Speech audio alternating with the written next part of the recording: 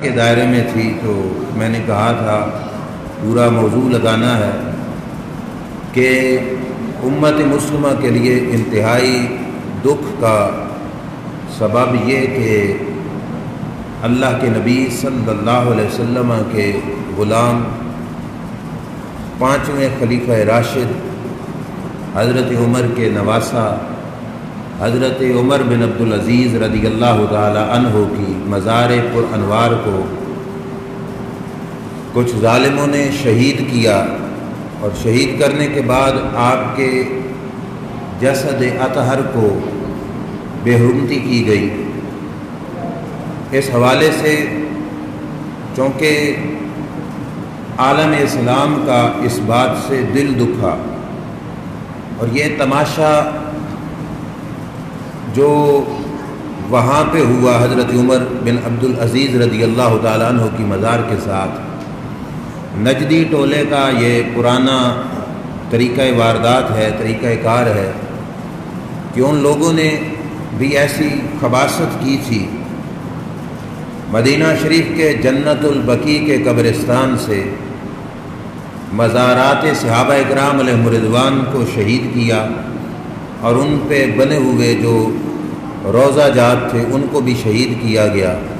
تو یہ سلسلہ بہت پرانا ہے، اور اس سلسلے کی ایک صورت یہ کہ حضرت عمر بن عبدالعزیز کی مزار کو شہید کرنا اور پھر ان کے پاک جسم کی بے حرمتی کرنا، اس حوالے سے یہ کافی دردناک معاملہ ہے، اور امت مسلمہ کے لیے یہ بہت غم کا باعث ہے۔ میں اس موقع پر جو بیسیکلی عرض کرنا چاہتا ہوں وہ یہ ہے کہ ہمارا دین ہمیں ان مزارات کا ادب سکھاتا ہے یا بے حرمتی سکھاتا ہے، اور پھر اس کے بعد آخر پہ چند چیزیں عرض کروں گا جس سے پتہ چلے گا کہ جس بندے کی یہ مزار تھی عمر بن عبدالعزیز، اس کا رب کے ہاں مقام کیا تھا۔ سب سے پہلے سنیے کہ اللہ کے کسی بھی نیک بندے سے اگر کسی شے کو نسبت حاصل ہو جائے، اللہ کے نزدیک وہ شے عزت، احترام اور تعظیم کے لائق اور قابل بن جاتی ہے۔ اللہ تبارک و تعالیٰ اس کی تعظیم کو پسند کرتا ہے، بلکہ اس کی تعظیم کا حکم دیتا ہے۔ کسی بھی شے کی نسبت اگر اللہ کے کسی پاک بندے سے ہو جائے، میں نے آیت کریمہ پڑھی، اللہ کریم نے فرمایا وَمَن يُعَظِّمْ شَعَائِرَ اللَّهِ، فرمایا جو بندہ میری نشانیوں کی تعظیم کرتا ہے، عزت کرتا ہے، احترام کرتا ہے، فَإِنَّهَا مِن تَقْوَى الْقُلُوبِ، فرمایا یہ عزت اور احترام اس کے دل کی پاکیزگی کی علامت ہے کہ اللہ نے اس کو پہلے صاف دل عطا کیا، پھر اسے یہ سعادت بخشی کہ وہ اللہ کی نشانیوں کا احترام کرنے والا ہے۔ اب اللہ کی نشانیاں کیا ہیں؟ اللہ کی نشانی میں بیان کروں تو غلط ہو سکتا ہے، آپ کسی چیز کو اللہ کی نشانی کہیں تو ہو سکتا ہے غلطی ہو جائے، لیکن قرآن مقدس میں کچھ چیزوں کے بارے میں موجود ہے کہ جن چیزوں کو رب نے خود اپنی نشانی کہا۔ آیت کریمہ ہے ان الصفا والمروہ من شعائر اللہ، اللہ فرماتا ہے صفا اور مروہ دونوں پہاڑیاں میری نشانیاں ہیں۔ یہ نشانی اللہ نے صفا اور مروہ کو کب فرمایا؟ حالانکہ صفا اور مروہ پہ تو پہلے بت تھے۔ صفا اور مروہ کو نشانی کب کہا؟ اللہ کی نبی حضرت اسماعیل علیہ السلام کی والدہ کے قدم ان پتھروں پہ لگے، اور ان قدموں کے ساتھ پتھروں کی نسبت ہوئی، اس نسبت کی وجہ سے یہ پتھر، یہ پہاڑی بھی میری نشانی ہے۔ اور آگے کیا فرمایا جو بندہ میری نشانی کا احترام کرے گا، فرمایا یہ اس کے دل کی پاکیزگی کی علامت ہے، یعنی ان پتھروں کا، اس پہاڑی کا بھی احترام رب ذوالجلال نے ہمیں سکھایا اور سبق دیا۔ اب پتھر اللہ کی نشانی بنے کب؟ جب ان پر کسی پاک بندے کا قدم لگ گیا۔ اللہ کریم نے اس مقدس جگہ کو اپنی نشانی قرار دیا۔ آپ حیران ہو گئے کہ صرف پتھر نہیں، شاید کوئی یہ کہے کہ یہ قبر تھی اور وہاں تو اللہ کے نبی کی ماں تھی، اور یہ تو عمر بن عبدالعزیز کی مزار ہے، اور یہ تو صحابی نہیں تابعی ہیں۔ تو اس حوالے سے میں دوسری آیت کریمہ جو رب ذوالجلال نے ارشاد فرمایا سورہ حج کے اندر، اللہ فرماتے ہیں وَالْبُدْنَ جَعَلْنَاهَا لَكُم مِّن شَعَائِرِ اللَّهِ، اب دوسری آیت جس میں اللہ نے اپنی نشانی کا ذکر کیا وہ کیا ہے؟ حج کے موقع پر جس وقت لوگ جاتے ہیں تو جاتے ہوئے جو قربانی کا جانور حاجیوں کے پاس ہوتا ہے یا جو ہم گھروں میں قربانیوں کا جانور پالتے ہیں، اللہ نے اس جانور کے بارے میں فرمایا وَالْبُدْنَ جَعَلْنَاهَا لَكُمْ مِنْ شَعَائِرِ اللَّهِ، فرمایا وہ جانور بھی میری نشانی میں سے ہے۔ اب ایک انسان نہیں، اب بات آ گئی جانور کی، اشرف المخلوقات بھی نہیں، جانور ہے، اس میں گائے ہے، بھینس ہے، بکری ہے، بھیڑ ہے، اونٹ ہے، کوئی بھی جانور جس کو رب کی بارگاہ میں قربان کرنے کے لیے رکھا، اللہ نے فرمایا یہ بھی میری نشانیوں میں سے ہے۔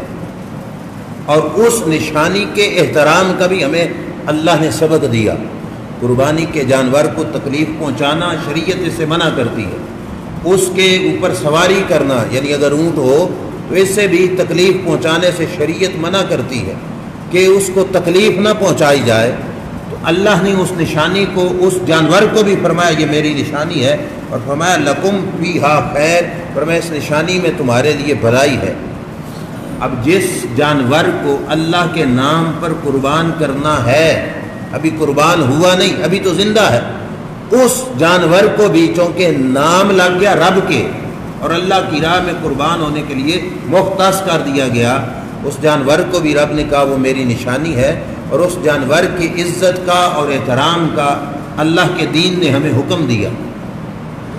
اب آئیے اس مقام پر غور کیجئے کہ اگر جانور اللہ کے نام پر مختص ہو جائے تو وہ جانور اللہ کی نشانی بن جاتا ہے۔ کسی پتھر پر پاک بندے کے قدم لگ جائیں، وہ پتھر اللہ کی نشانی بن جاتا ہے۔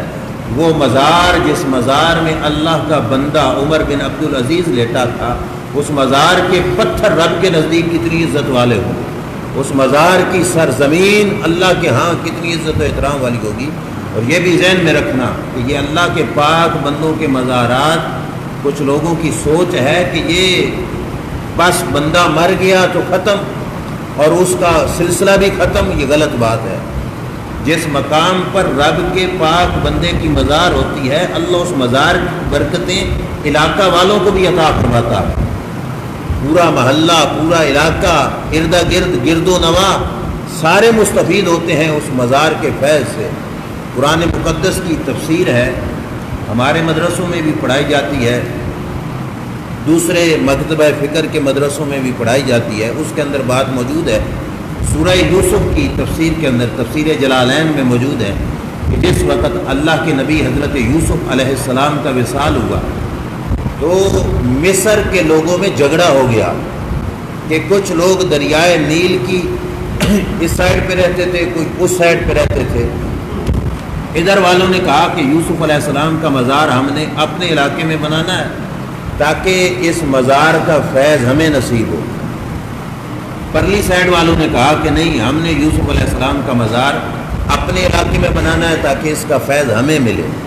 ان کا جھگڑا ہو گیا، اور تفسیر جلالین میں باقاعدہ موجود ہے کہ انہوں نے جھگڑا نپٹایا کیسے، جھگڑا ختم کیسے کیا، کہ انہوں نے مل کر یہ فیصلہ کیا کہ یوسف علیہ السلام کا جو جسد اطہر ہے اس کو سنگ مرمر کے تابوت میں رکھا جائے اور اس تابوت کو دریائے نیل میں دفن کیا جائے۔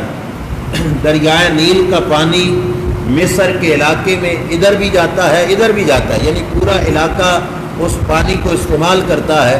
تو کہا وہ پانی اس پتھر کے ساتھ مس ہو کے گزرے گا اور وہ پانی پورے علاقے کو ملے گا، برکت ان کو بھی ملتی رہے گی، برکت ان کو بھی ملتی رہے گی۔ اب ذرا دیکھو کہ اللہ کے نیک بندوں کی مزار کے حوالے سے جو سوچ ہے وہ کتنی اعلیٰ ہے۔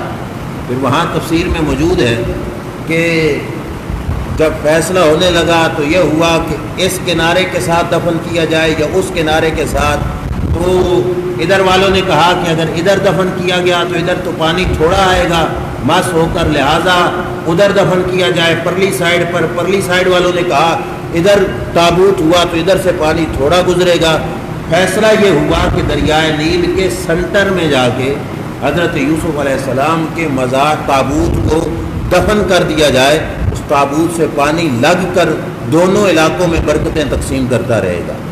لہذا مزارات اللہ کے نیک بندوں کی یہ اہل علاقہ کے لیے برکت کا سبب ہوتی ہے۔ جس مقام پر کوئی اللہ کا ولی ہوتا ہے، اللہ اس کے صدقے سے پورے علاقے والوں کو فیض عطا فرماتا ہے۔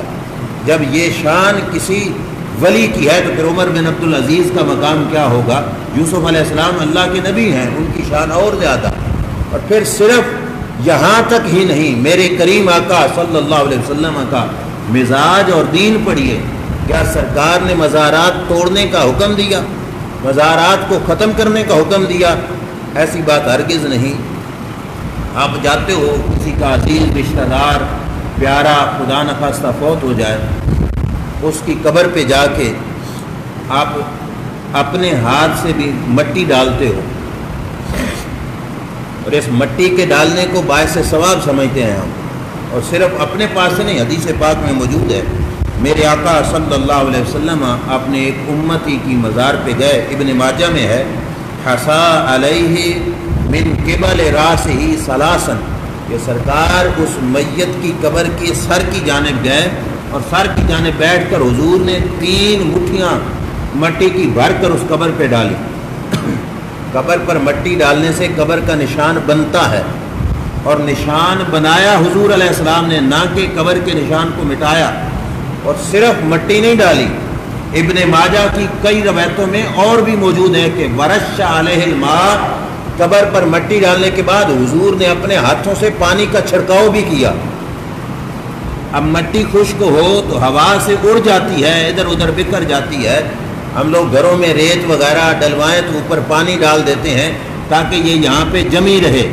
سرکار نے قبر پہ مٹی ڈال کر اوپر پانی کا چھڑکاؤ بھی کیا، کیوں؟ تاکہ یہ مٹی یہاں پہ جمی رہے، قبر کا نشان برقرار رہے۔ اور صرف پانی نہیں ڈالا، بلکہ بعض روایتوں میں موجود ہے کہ نبی اکرم صلی اللہ علیہ وسلم نے پانی ڈال کر پتھر کی چھوٹی چھوٹی کنکریاں اٹھا کر بھی قبر پہ ڈالی۔ اب یہ بھی اس واسطے تھا کہ قبر کا نشان برقرار رہے۔ عام مومن کی مزار کے ساتھ یہ سلوک امام الانبیاء صلی اللہ علیہ وسلم کا دین سکھاتا ہے، تو پھر جس مزار میں لیٹنے والا عمر بن عبد العزیز جیسا بندہ ہو، اس مزار کا احترام کتنا بڑا حق ہوگا اور اس کی بے حرمتی کتنا بڑا جرم ہوگی۔ میں نے پچھلے جمعہ پہ بھی یہ بات عرض کی کہ وہ لوگ جو اللہ کے نیک بندوں سے دشمنی کرتے ہیں، ان کو پھر سزا رب ذوالجلال خود دیتا ہے، کیونکہ پاک بندوں سے دشمنی رب کے ساتھ اعلان جنگ ہے۔ پھر جب رب بدلہ لیتا ہے تو اس کے سامنے کوئی طاقت ٹک نہیں سکتی۔ بڑے بڑے بادشاہ، بڑے بڑے سلطان، بڑے بڑے جاگیردار اس کے پیاروں سے جب لڑے جھگڑے، ان کا نام و نشان بھی مٹ گیا، ان کی سلطنتیں مٹ گئی۔ اور جس وقت کسی نے احترام کیا، اللہ نے پھر اس کا نام بلند فرمایا۔ تو بہرحال اللہ کے اس نیک بندے کی مزار کے ساتھ یہ سلوک تمام عالم اسلام کے دل کو چھلنی کرنا ہے اور زخمی کرنا ہے۔ میرے آقا صلی اللہ علیہ وسلم نے قبر پہ کدال مارنا، قبر پہ جا کے اس کو بلڈوز کرنا، یہ تو بہت بڑی جسارت ہے۔ حدیث پاک میں باقاعدہ موجود ہے، امام الانبیاء صلی اللہ علیہ وسلم ایک قبرستان میں تشریف لے کے گئے، ایک شخص کو دیکھا کہ جو صرف یہ کونی یوں قبر پہ رکھ کے نا بیٹھا ہوا تھا، کونی کے ساتھ اس نے ٹیک لگائی ہوئی تھی، بس صرف ایک ہاتھ کی کونی۔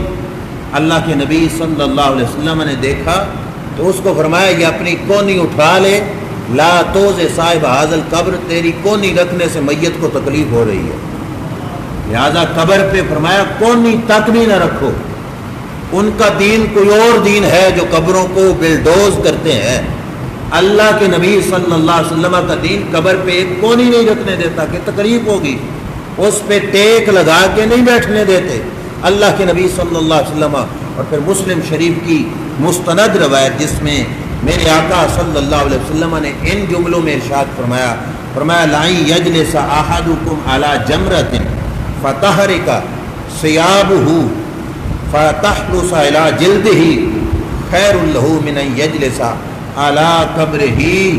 فرمایا میرا کوئی امتی یہ کپڑے پہن کر آگ کے انگاروں پہ بیٹھ جائے، وہ آگ کے انگارے اس کے کپڑے جلا دیں، اور پھر آگ کے انگاروں کی جلن اس کے بدن تک بھی پہنچ جائے، اس کا بدن جل جائے۔ فرمایا آگ کے انگاروں پہ بیٹھ کر کپڑے جلوا لینا، بدن جلوا لینا، فرمایا مومن کے لیے بہتر ہے اس سے کہ وہ کسی مسلمان کی قبر پہ بیٹھے۔ مسلمان کی قبر کا اتنا احترام ہے، اس کے ادب کا سبق ہمیں دین نے دیا۔ عام مسلمان جو ہم میں سے آپ میں سے کوئی فوت ہو جائے اس کی مزار کا اتنا احترام ہے۔ عمر بن عبد العزیز تو خلیفہ راشد تھے، حضرت عمر کے نواسے ہیں، تابعین میں سے ہیں، اور اس دور میں سے ہیں جس دور کو رب کے محبوب نے بہترین دور کہا، اور ایسی عظیم شخصیت ہیں جن کے بارے میں حضرت عمر فاروق رضی اللہ تعالی عنہ نے اپنے زمانہ میں کہہ دیا تھا، فرمایا من ولدی رجل، فرمایا میری اولاد میں ایک بندہ آئے گا، بوجہہ شجۃ، فرمایا اس کے چہرے پہ ماتھے پہ زخم کا نشان ہوگا، یملأ الارض عدلا، فرمایا اس بندے کے ہاتھوں سے رب اس پوری زمین کو عدل و انصاف سے بھر دے گا۔ حضرت عمر نے کہا میری اولاد سے ایک بندہ ہوگا جس کے ماتھے پہ زخم کا نشان ہوگا اور وہ شخص روئے زمین کو عدل سے بھر دے گا۔ حضرت عمر بن عبد العزیز پیدا ہوئے، ولادت کے بعد ابھی بچپنے سے تھوڑا آگے گئے تو ایک دفعہ سواری سے گرے، جب گرے تو ماتھے پہ زخم بن گیا اور اس زخم تھوڑا گہرا ہو گیا، اس کا نشان بنا، تو آپ کے چھوٹے بھائی تھے وہ خوش ہونے لگ گئے۔ آپ کے باپ نے کہا کہ بھائی زخمی ہوا تو دوسرا بھائی خوش ہو رہا ہے، یہ کیسی بات ہوئی؟ تو تمہیں تو بھائی کے زخم پر دکھ ہونا چاہیے تھا، تم خوش کیوں ہوئے؟ تو انہوں نے کہا زخم کی وجہ سے خوش نہیں ہو رہا، میں نے پڑھا تھا کہ حضرت عمر کی اولاد میں ایک شخص آئے گا، اس کے اندر یہ نشانی بھی ہوگی، یہ بھی ہوگی، یہ بھی ہوگی، میں نے ساری نشانیاں اپنے بھائی میں دیکھی تھی اور اس جگہ پہ تھا کہ اس کے ماتھے پہ زخم کا نشان ہوگا، وہ نشان کوئی نہیں تھا، اور اس بندے کے بارے میں تھا کہ وہ بندہ روئے زمین کو عدل سے بھر دے گا، آج وہ نشانی بھی میرے بھائی کے اندر پوری ہو گئی، میں اس وجہ سے خوش ہو رہا ہوں۔ تو حضرت عمر بن عبد العزیز حضرت عمر فاروق کی اولاد میں سے تھے، اور اس بندے کو جو خاندان جس طریقے سے اولاد میں آئے وہ بھی بڑی پیاری بات ہے، میں نے کئی دفعہ بیان کی۔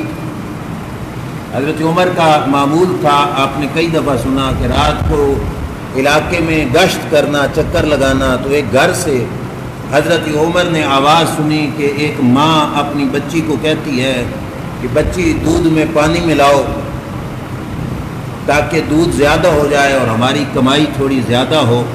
تو بچی نے کہا کہ اماں امیر المومنین نے منع کیا ہے دودھ میں پانی ڈالنے سے۔ تو حضرت عمر فاروق رضی اللہ تعالیٰ عنہ باہر سے سن رہے تھے، تو بچی کی ماں نے بچی سے کہا کہ تیرا امیر المومنین کوئی اب دیکھ رہا ہے کہ میں دودھ میں پانی ڈال رہی ہوں؟ تو اس بچی نے کہا اماں وہ نہیں دیکھ رہا تو رب تو دیکھ رہا ہے۔ بس بچی کے کردار کی صرف ایک بات یہ سنی حضرت عمر بن خطاب رضی اللہ تعالیٰ عنہ نے، گھر گئے، آپ کی اولاد میں آپ کا بیٹا تھا عاصم، وہ کنوارا تھا، اور بلا کے فرمایا بیٹا عاصم اگر کہو تو تمہارا باپ تمہارا رشتہ نہ کر دے؟ انہوں نے عرض کیا ابا جان کر دو۔ تو حضرت عمر نے اپنے بیٹے کا رشتے کے لیے اس گھر سے اس بچی کا نکاح اور رشتہ طلب کیا۔ اب آپ سوچئے ہم کیا دیکھتے ہیں رشتے کے لیے؟ بڑی بڑی جائیدادیں، بڑا بڑا بینک بیلنس، بڑی بڑا مالدار ہونا۔ حضرت عمر نے کردار میں فقط خوف خدا دیکھا اور فرمایا بچہ تمہارے رشتہ اس گھر میں کرنا ہے، اور دوسری طرف ہم سٹیٹس دیکھنے لگ جاتے ہیں کہ ہماری بڑی برادری ہے، ہم نیچے خاندان میں رشتہ نہیں کریں گے یا نیچے خاندان میں رشتہ دیں گے نہیں، نہ لیں گے۔ حضرت عمر کی کتنی بڑی برادری تھی، وقت کے حاکم تھے، صدر تھے، خلافت کے تاجور تھے، اور شہزادہ حضرت عمر کا شہزادہ، بادشاہ زادہ، اور اس کا رشتہ اس گھر میں جن کا گزارا دودھ بیچ کے ہوتا ہے، اور دودھ بیچ کے بھی پوری طرح گزارا نہیں ہوتا کہ ماں نے کہا کہ پانی ڈالو، اس گھر میں حضرت عمر نے بچے کا رشتہ کیا صرف اس نیت سے کہ یہ بچی خوف خدا رکھتی ہے۔ اب بیٹا تھا حضرت عمر کا اور بچی تھی وہ جس نے کہا تھا کہ مجھے رب کا خوف ہے۔ اس دو جو ہے میاں بیوی سے ایک بچی پیدا ہوئی جس کا نام انہوں نے رکھا فاطمہ، جس کا بچی پیدا ہوئی جس کی اولاد سے پھر حضرت عمر بن عبدالعزیز رضی اللہ تعالیٰ عنہ پیدا ہوئی، یعنی حضرت عاصم کی بچی پیدا ہوئی، اس بچی کا پھر بیٹا پیدا ہوا جس کا نام عمر بن عبدالعزیز تھا رضی اللہ تعالیٰ عنہ، تو نواسے جا کے بنے حضرت عمر بن خطاب رضی اللہ تعالیٰ عنہ کے، اور پھر جس وقت حضرت عمر بن خطاب رضی اللہ تعالیٰ عنہ کا یہ نواسہ حکومت میں بیٹھا، اموی خلیفہ تھے اور اموی خلیفوں میں پہلے ظلم اور زیادتی کا رواج تھا۔ حضرت عمر بن عبدالعزیز خلافت پہ بیٹھے تو جو آپ کی بنی امیہ کے خاندان میں جن لوگوں نے حکومت کا مال اپنے ہتھے لیا ہوا تھا ان سب سے کہا کہ جن جن کے پاس بیت المال کا مال ہے سارا بیت المال میں واپس جمع کرائیں، کوئی بندہ اپنی جائیداد بنا کے نہ رکھے اس مال کو۔ سارے خاندان کو آرڈر دے دیا کہ اپنے اپنے پاس جو تم نے حکومتی مال لے کے رکھا ہے وہ واپس کرو۔ جیسے ہمارے ہاں آج کل ہوتا ہے کہ خاندان میں سے کوئی ایک وزیر بن جائے یا کوئی وڈیرا بن جائے تو اس کی پوری نسل پھر راج کرتی ہے، اس کے خاندان کی، اس کی بیوی ہو، اس کے بچے ہوں، اس کے بھائی ہوں، وہ پورا اس خاندان کے تعلق بیس پر راج کرتے ہیں۔ حضرت عمر بن عبدالعزیز نے جو پہلے رواج بن چکا تھا کہ حکومت وقت کے خاندان کے رشتہ دار اپنی مال اور جاگیرداری میں حکومت کا مال لیا ہوا تھا، حضرت عمر بن عبدالعزیز نے کہا ایک ایک پیسہ واپس کرو۔ آپ کے خاندان کا ایک بندہ آ گیا جس کا نام تھا انبسہ بن سعید، اس نے آ کے حضرت عمر بن عبدالعزیز سے شکایت کی، سننا، اس نے آ کے کہا کہ من کان قبلک من الخلفاء کانوا یؤتون عطایا فمنعتناھا، تم سے پہلے جو خلیفے بنتے تھے وہ اپنے خاندان کو پیسے دیا کرتے تھے، تم نے وہ سارا کچھ روک لیا۔ میرا خاندان بھی بڑا ہے، میرے بال بچے ہیں، میری اولادیں ہیں، میں کہاں جاؤں، میں کہاں سے کماؤں؟ میں تو حکومت کی طرف سے جو پیسے ملتے تھے میرے گھر کا گزارا اس سے تھا، اب تم نے روک دیا، میں کہاں سے کھاؤں؟ اب حکومت وقت جس کو ریاست مدینہ کا دعویٰ کرنے کا شوق ہے وہ دیکھے ریاست مدینہ بنانے والوں نے کیا کیا۔ جب فیملی کا بندہ آیا اور کہا کہ مجھے حکومت سے گرانٹ ملتی تھی اور میں ان پیسوں سے گھر کا گزارا کرتا تھا، میرے بال بچے تھے اور ان بال بچوں کا کھانا پانی وہاں سے آتا تھا بیت المال سے، اور تم نے بند کر دیا۔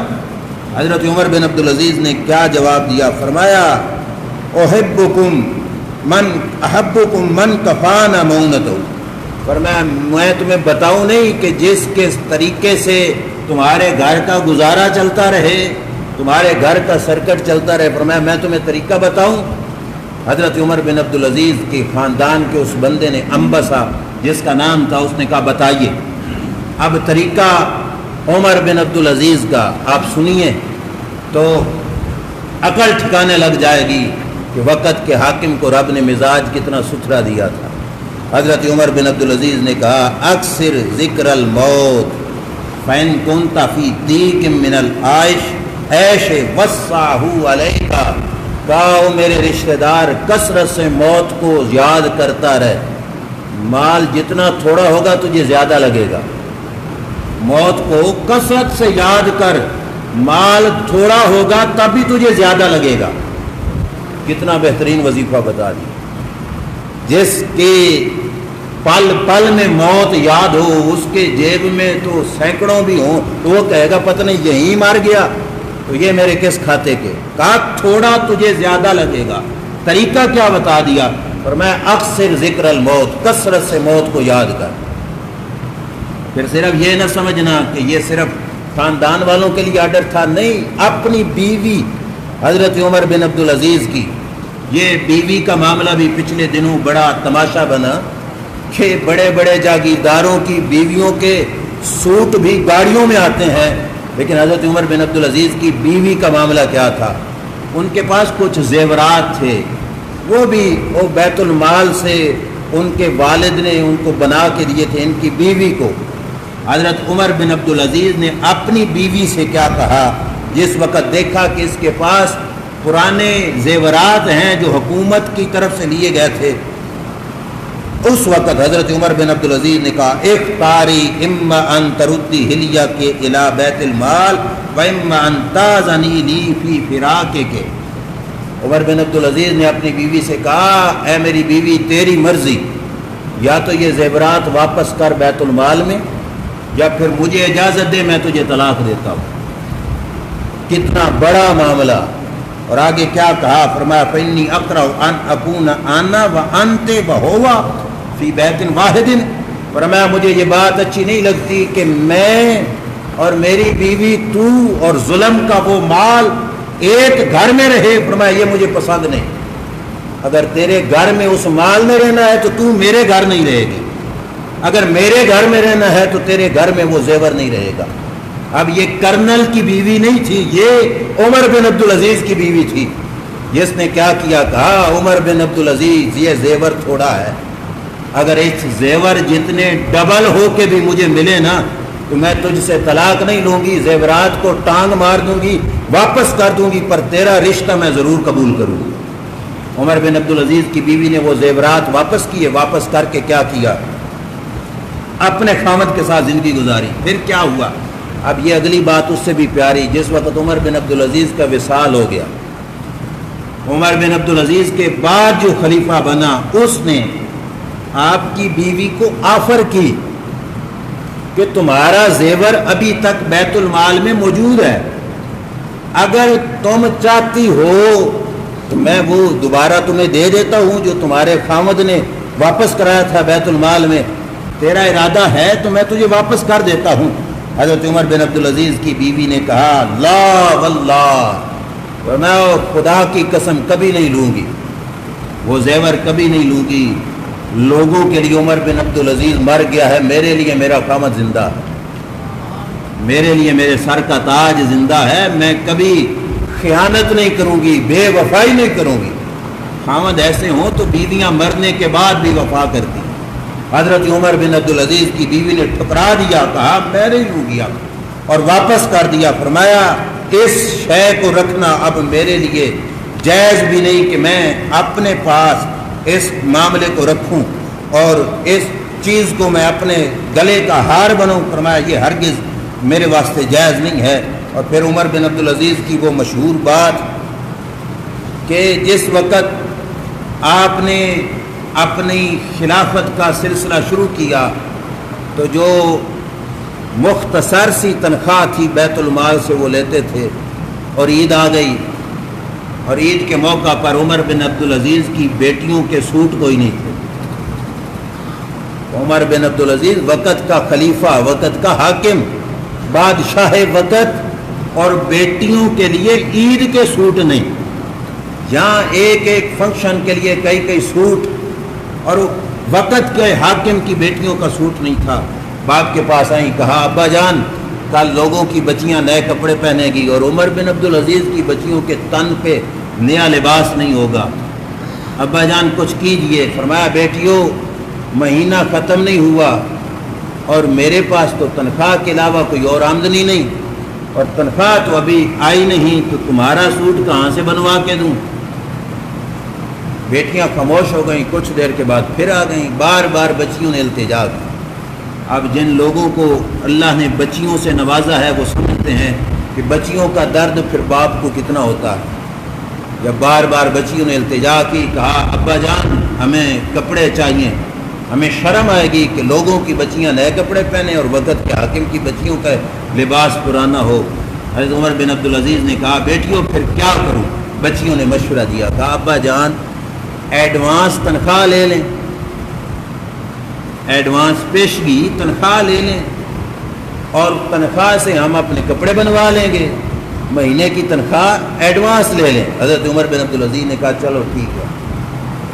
منشی کو بلایا جو اکاؤنٹر تھا، اسے کہا کہ میری تنخواہ 1 مہینے کی مجھے پہلے دے دو، میں اس کے ساتھ اپنی بچیوں کی عیدی کا سامان بنا لوں. اب اس زمانے کا منشی، آج کل کا کوئی کرپٹ نہیں کہ چوٹی سے لے کر نیچے تک سارے کرپشن میں دھلے ہوئے، اس منشی نے عمر بن عبدالعزیز کو کہا، عمر بن عبدالعزیز مہینے کی تنخواہ ایڈوانس لیتے ہو، کیا بھروسہ ہے کہ مہینہ نوکری کر لو گے؟ بھروسہ ہے کہ مہینہ نوکری پوری کر لو گے؟ تنخواہ ایڈوانس لے رہے ہو۔ حضرت عمر بن عبدالعزیز کو سمجھ لگ گئی، رو پڑے، کہا نہیں لیتا، مہینے کی تنخواہ پہلے نہیں لیتا، تو مجھے تو بھروسہ ہی نہیں کہ میں مہینہ پوری نوکری کروں گا کہ نہیں کروں گا، زندگی رب کے ہاتھ میں ہے۔ عمر بن عبدالعزیز واپس آ گئے، بچیوں نے کہا ابا جان، آپ نے فرمایا بیٹیوں بے شک جو بھی ہو جائے رو کر گزارو یا خوش ہو کے گزارو، عید تمہیں پرانے کپڑوں میں گزارنا ہوگا، تمہارے باپ کو اپنی زندگی کا بھروسہ نہیں، لہٰذا میں ایڈوانس تنخواہ نہیں لے سکتا۔ یار اتنا پاکیزہ بندہ جس نے اپنی زندگی اتنی ستھری گزاری، اتنی پاکیزہ گزاری، کسی بندے کو ان کے کردار پر انگلی اٹھانے کی طاقت نہیں کہ کوئی بندہ ان کے کردار پر جو ہے انگلی اٹھا سکے۔ حضرت عمر بن عبدالعزیز کی پچھلے جمعے پہ میں نے بات بتائی، ایک جملہ امام سیوطی نے لکھا، وہ میں بات سنا کے بات کو ختم کرتا ہوں۔ آپ کو سنایا تھا کہ آپ کے دور حکومت میں شیر اور بکری ایک جگہ پہ کھایا پیا کرتے تھے، ایک کنویں سے پانی پیا کرتے تھے، تو کسی چرواہے سے کسی بار کے بندے نے پوچھا کہ یہ شیر اور بکری ایک جگہ پہ پانی کیسے پیتے ہیں، یہ تو آپس میں دشمن ہے، یہ ایک جگہ پہ اکٹھے کیسے؟ اب یہ جملہ مجھے امام سیوطی کی تاریخ الخلفاء سے ملا، بات تو میں نے پچھلے جمعے سنائی تھی، وہ مزے کی بات۔ حضرت عمر بن عبدالعزیز کے زمانے کا چرواہا، جس کو چھیڑو نہیں کہتے، بکریاں چرانے والا، اس کا دماغ دیکھو کتنا اعلیٰ، آج کل کے بڑے بڑے عالموں سے بھی اونچے درجے کی سوچ۔ جس وقت انہوں نے کہا یہ بکری اور شیر ایک جگہ سے پانی کیسے پیتے ہیں، تو اس نے کہا تھا اذا سالک الراس فلیس علی الجسد باس۔ اس نے کہا خدا کے بندے، جب سر ٹھیک ہونا تو پھر سارا جسم سلامت ہوتا ہے، جب سر میں کوئی بیماری نہ ہو تو سارا جسم تندرست ہوتا ہے، سر کچلا جائے سارا جسم ٹھیک ہو تو زندگی رہتی ہے؟ نہیں رہے گی۔ کہا جب سر ٹھیک ہو تو جسم سارا ٹھیک ہوتا ہے۔ اس نے ایک جملے میں پوری حکمت سمیٹ دی، ریاست مدینہ کے سارے نصاب کو سمیٹ کے رکھ دیا۔ اس نے کہا حاکم وقت سر ہوتا ہے اور رعایا ساری یہ نیچے والا جسم ہوتی ہے، سارے ٹھیک ہو تو جسم سارا ٹھیک ہو۔ دماغ گندا تو ہاتھوں کے کرتوت بھی کالے، زبان بھی گندا بولے گی، پاؤں بھی غلط کریں گے۔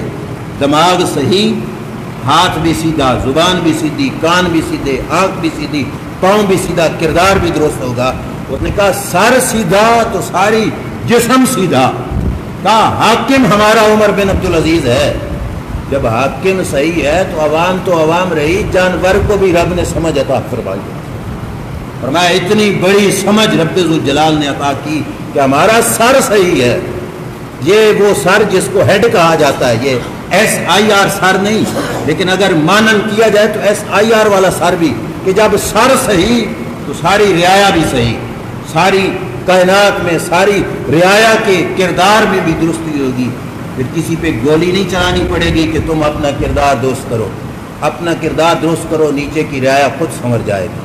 اللہ تعالیٰ کی بارگاہ میں دعا ہے اللہ ہمیں عمل کی توفیق عطا فرمائے، اور ہم اس موقع پر پرزور مذمت کرتے ہیں ان لوگوں کی جنہوں نے حضرت عمر بن عبدالعزیز کے مزار شریف کی بے حرمتی کی، اور عالمی اداروں سے ہم التجا نہیں کرتے، ہم احکم الحاکمین کی بارگاہ میں التجا کرتے ہیں مولا جن بدبختوں نے حضرت عمر بن عبدالعزیز کی مزار کی بے حرمتی کی، ان کو عبرت ناک سزا دے، اور ان کو لوگوں کے سامنے نشان عبرت بنا، اور لوگوں کے سامنے ظاہر فرما کہ ان لوگوں نے میرے بندے کی مزار کی بے حرمتی کی، اور اللہ نے ان کو کس طرح انجام تک پہنچایا۔